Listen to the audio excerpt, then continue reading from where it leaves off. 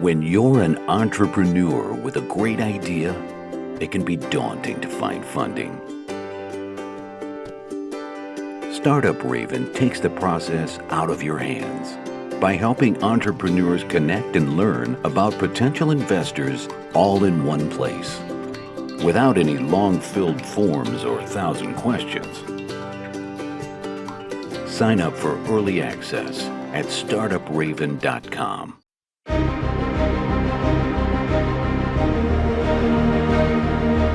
Welcome to Startuprad.io, your podcast and YouTube blog covering the German startup scene with news, interviews, and live events.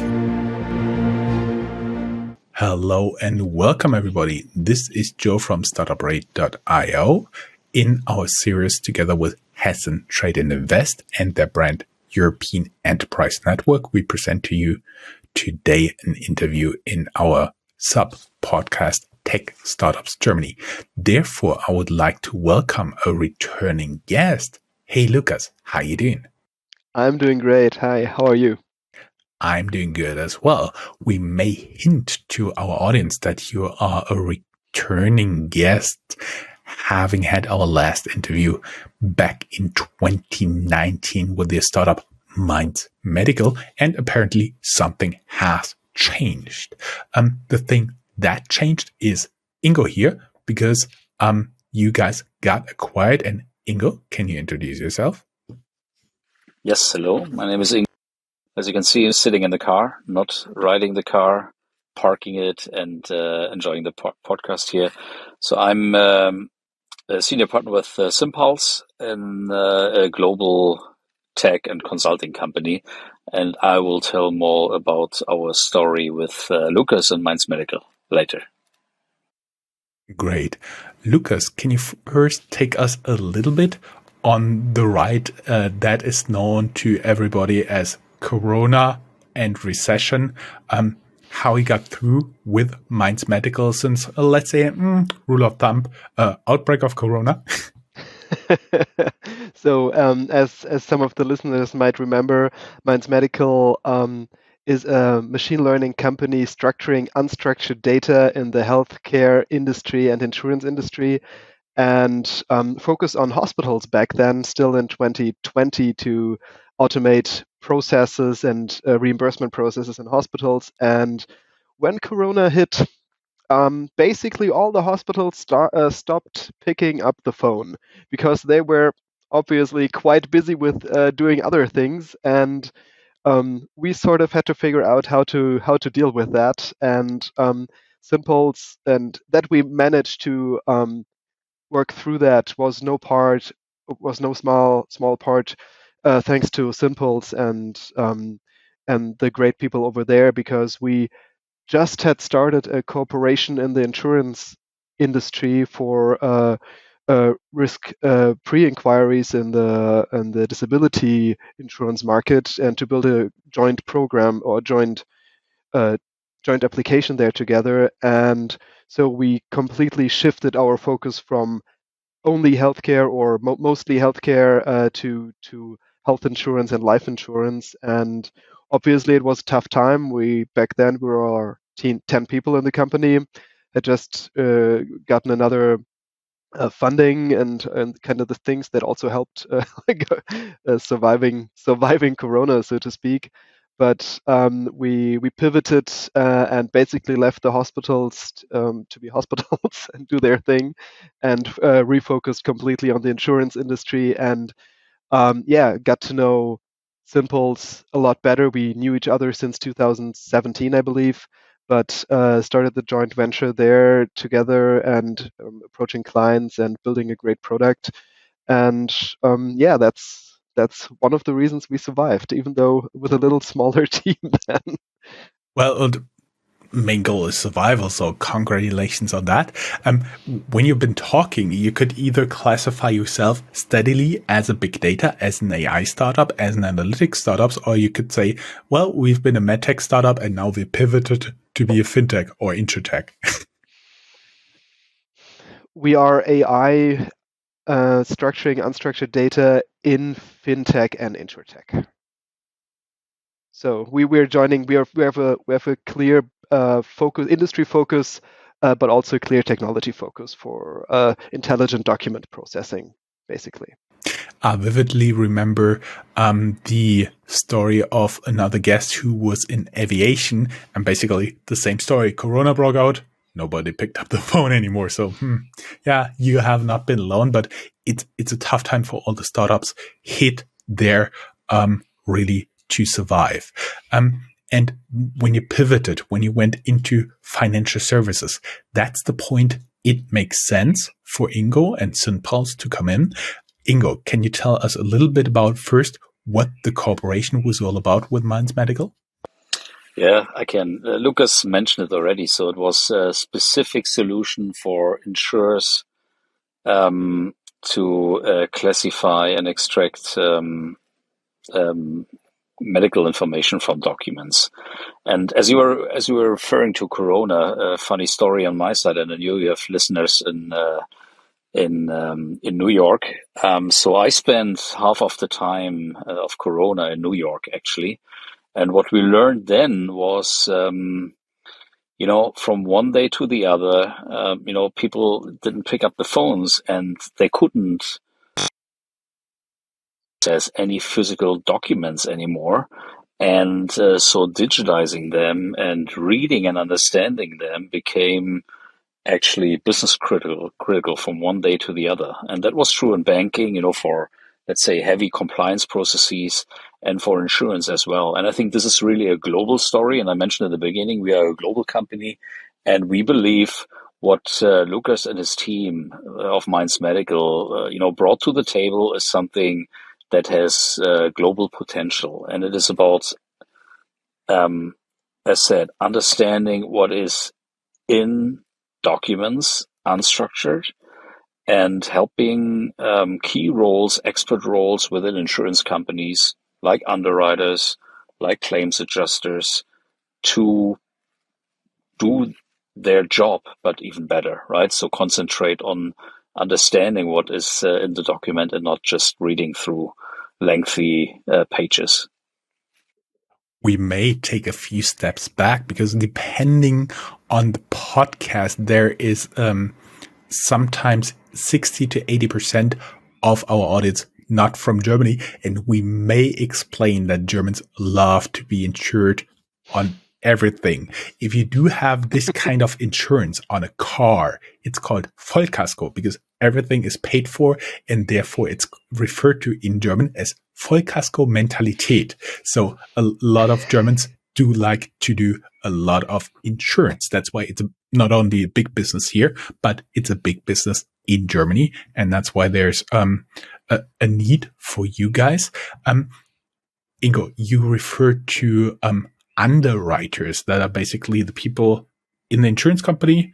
They take a look at the case, at the document, at the person who wants insurance, and they either say go or no go. Basically, that's their job, and that's where formerly Minds Medical, now SYNPULSE S8 comes in, getting data from unstructured data into really structured data.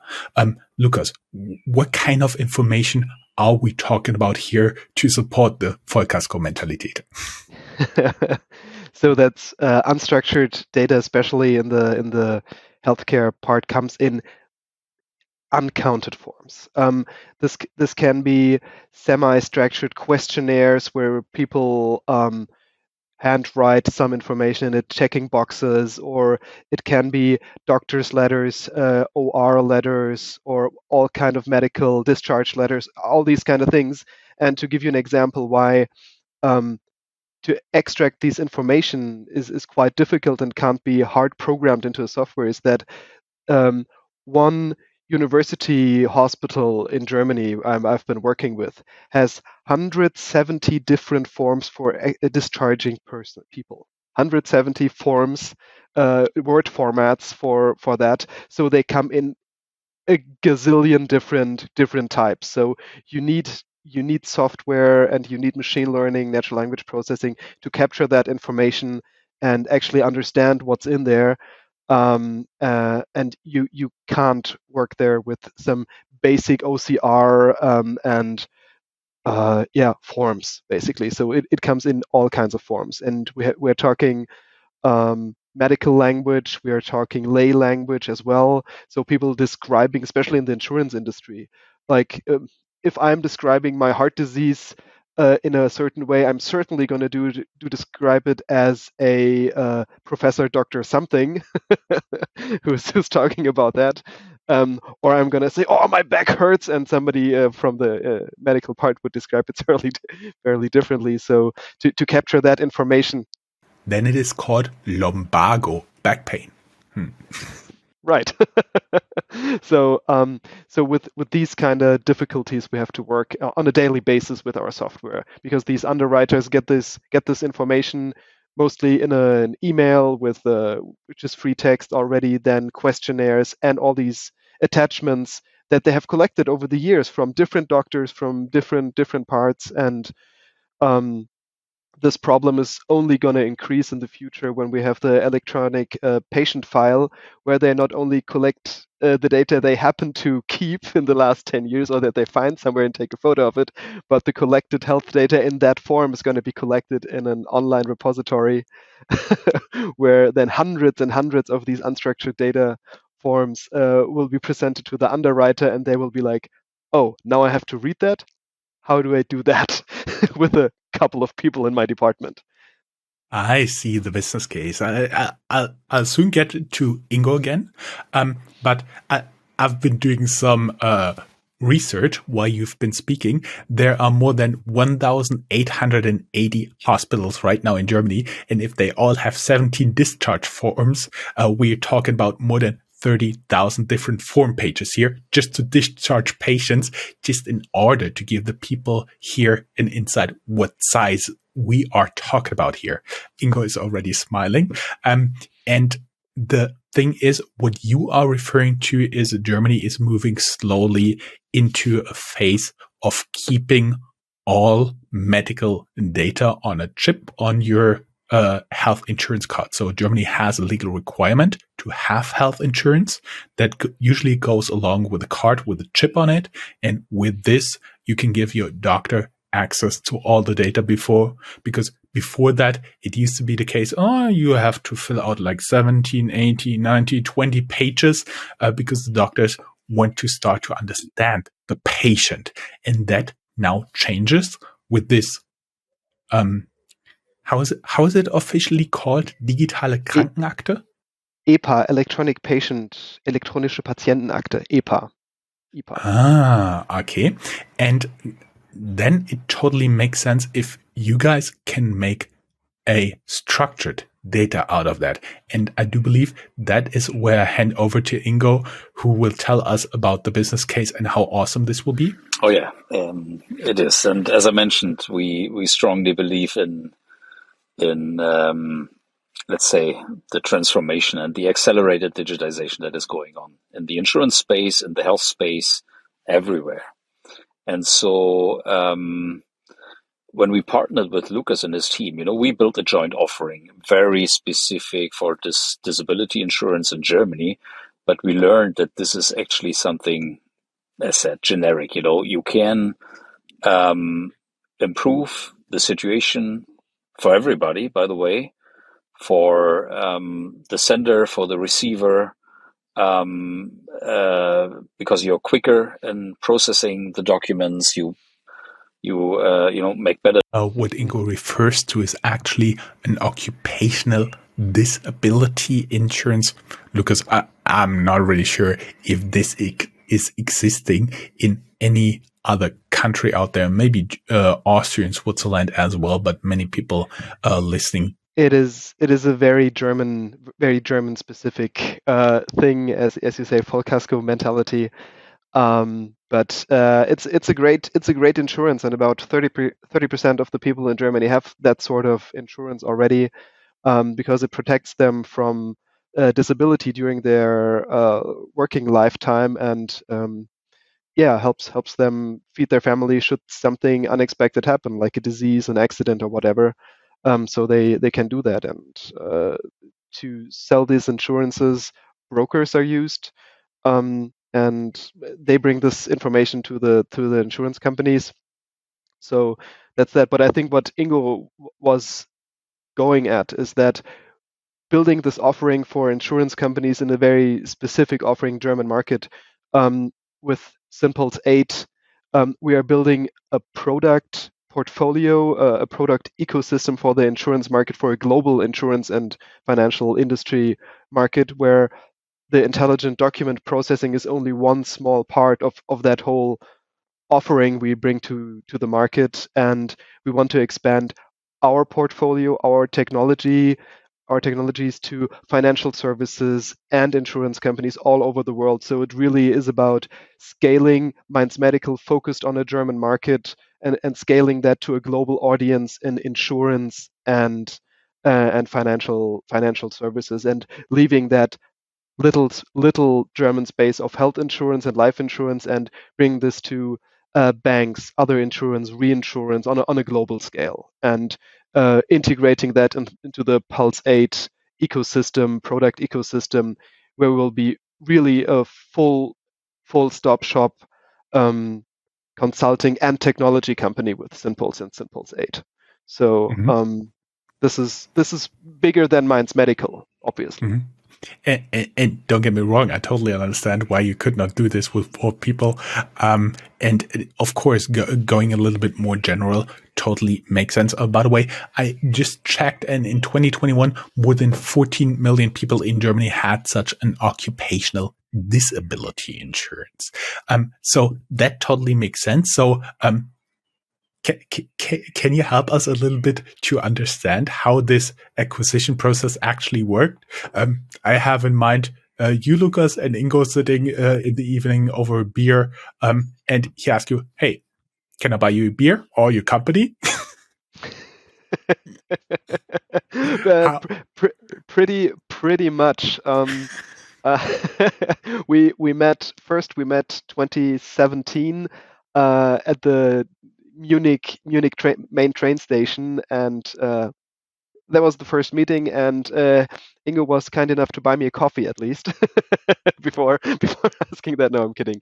And we've been in contact and doing RFPs together for healthcare and things together. So this was in no means a cold call. Ingo, hey, I'd like to buy you coffee and your company, and let's see where this goes. It has been a years long partnership, with getting to know each other, how we operate, what kind of people we are, because mergers and acquisitions in this space, in my opinion, only work out in the long term if the founders want to be kept invested in it, if it works on a personal level, and the post-merger integration works, that the people in the company, that the culture is a fit. And we were lucky enough that we could figure out that this culture is so similar, and is set on a growth mindset, and on a personal level, that we can do that. And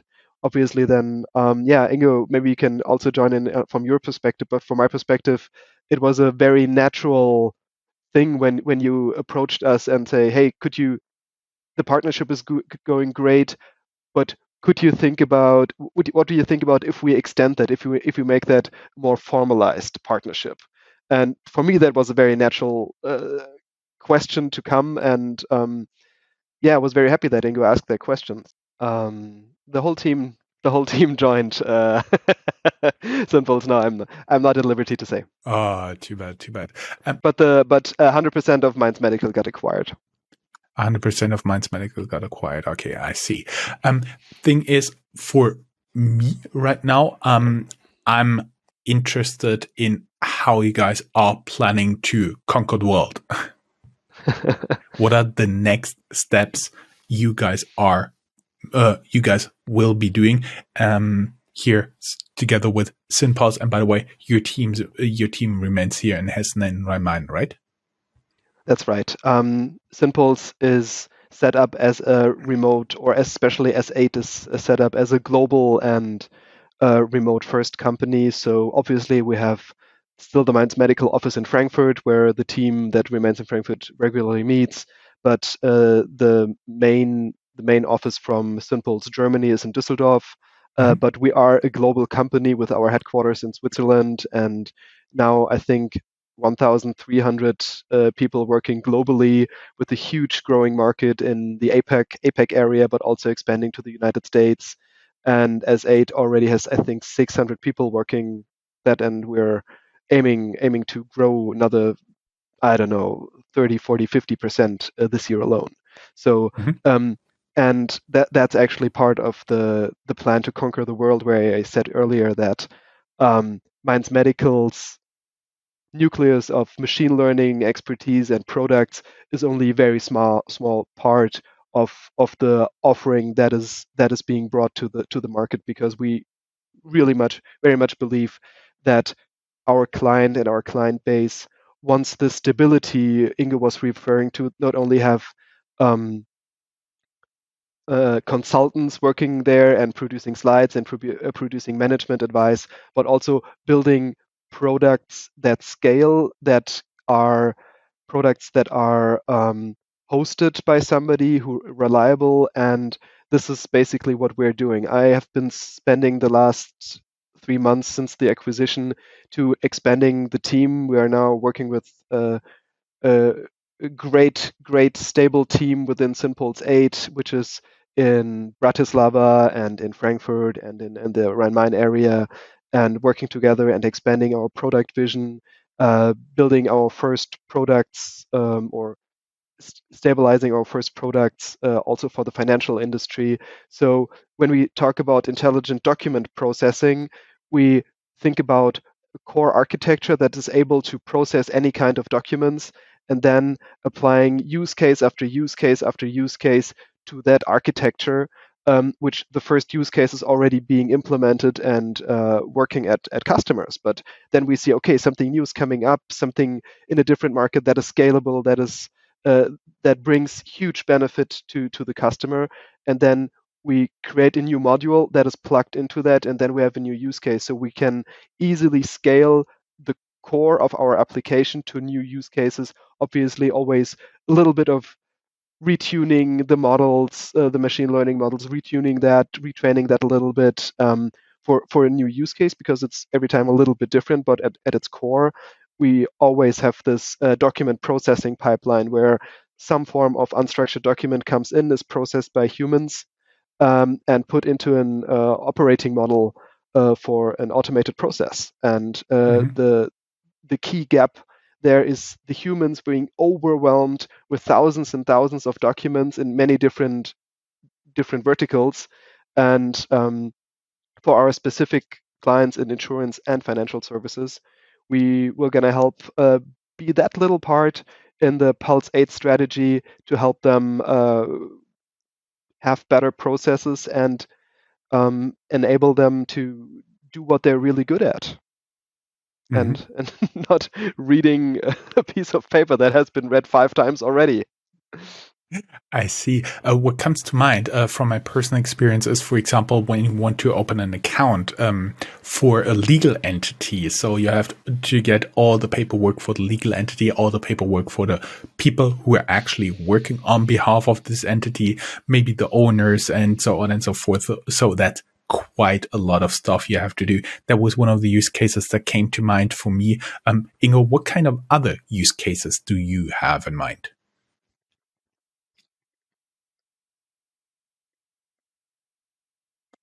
Unfortunately, we lost him in the parking lot again.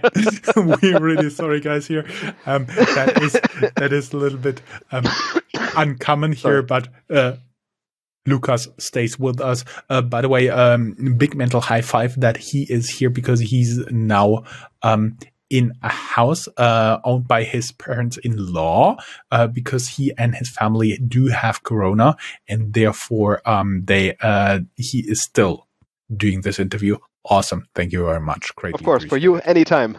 Anytime, Joe. Great. You guys have been headquartered here in Frankfurt, Rhine-Main. You got incorporated in 2019. Did you exit in very early 2023? What kind of support, what was useful for you in this area through your entrepreneurial journey from the start of the startup until the end? Incorporation was 2016 already. 16. So quite. Oh, I'm sorry. No worries. No worries. Instrumental for our success were many projects that helped us get off the ground. The Exist project, many German listeners or in the entrepreneurial space will know that it is a startup grant, basically granted to entrepreneurs getting off the ground. We were able to secure this grant in the beginning. Exist to quit our day jobs and focus 100% on the company. Without that, we probably wouldn't have been able to do that for the first year. Then obviously we were awarded with the Frankfurter Founder Prize, first prize in 2018 for what we did. Also the innovation prize for the Hessische Gründerpreis, Hessische Founder Award in 2018 as well. So 2018 was a great year for us, which also helped to get funding. Our first funding was 2018, so 2 years after incorporation. We got the first funding with first small round with business angels, and then also in 2018, in the later part of 2018, with the BMH Hessen Capital 3 founding or what's it called project where the state of Hessen invests in promising startups together with business angels, and so you can say the state of Hessen was very much instrumental for our success. So we could grow and build our products for the first years and do that. This was very helpful in the first years. I see. Also a R&D grant that was granted, the Löwe project, Löwe 3 project, where we were able to do R&D together with the universities and do our research and project or product development in the space of transfer learning. Great. It's always important to have experienced entrepreneurs as mentors. I hope you'll stay there here in the local startup scene.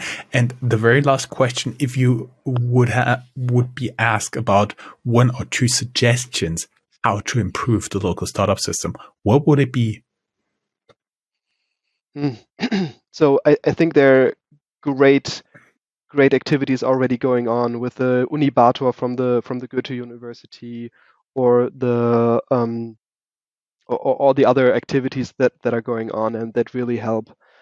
Sometimes I feel that, especially for young founders or first-time founders who have really no idea where to start, something where they could better find these informations or have some mentor at hand.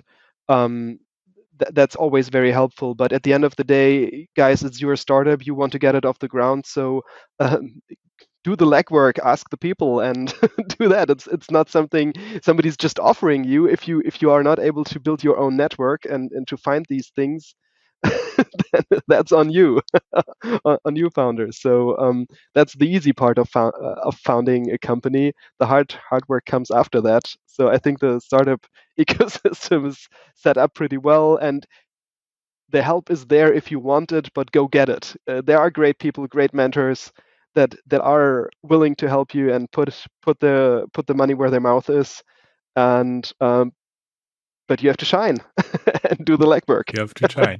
Awesome. Great. Amazing closing words. Thank you, Lukas, for being here. And maybe Ingo can also say his goodbye. He joined us, I do believe, for the 4th or 5th time. He always gets kicked out. Thank you for also being here, our guest as well, and doing as much explaining as you can do. Thank you, Joe. And maybe up to a 3rd time. We'll see. No, I'm kidding. I'm very happy with SYNPULSE, but you never know. Maybe as an investor. Maybe as an investor. We'll see. All right.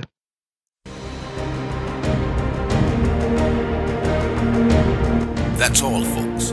Find more news, streams, events, and interviews at www.startuprad.io. Remember, sharing is caring.